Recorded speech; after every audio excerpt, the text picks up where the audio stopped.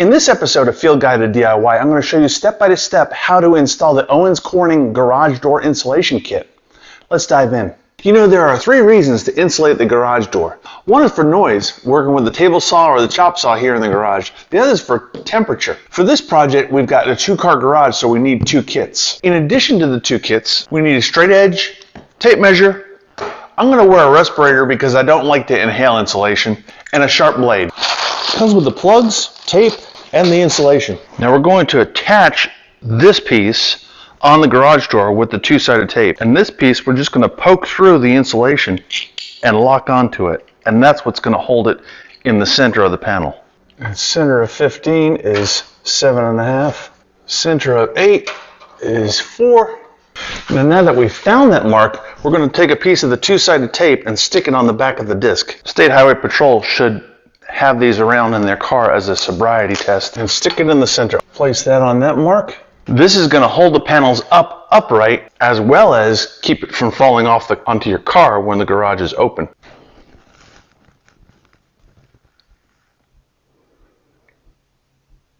Bonus tip: place all your discs where you're going to need them. Piece of batting,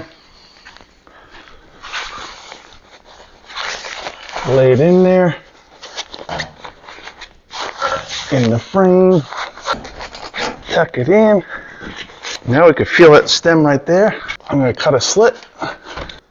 Here's my mate. The point is, you don't have to make a huge incision.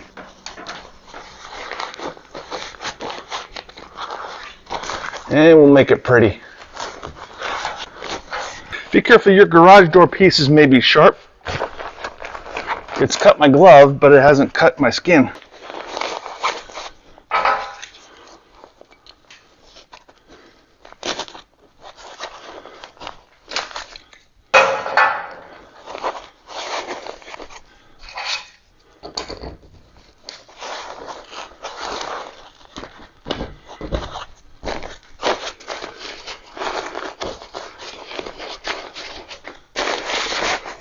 Grab a Sharpie.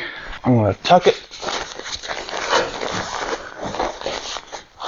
and mark it. And since I assume these are square, the straight edge that they recommend, I'm going to use a square.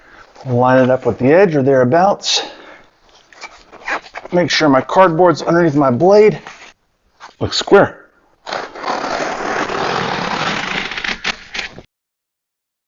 There's our disc. There's our mark. Tuck it in. Tuck your vapor barrier. Curl it, curl it under. Make your incision. Poke it through. Grab your disc. Pull back against it. Make sure it's locked. So I found that the discs didn't always lock, but giving it a little twist once it's in position helps click it into place and holds it.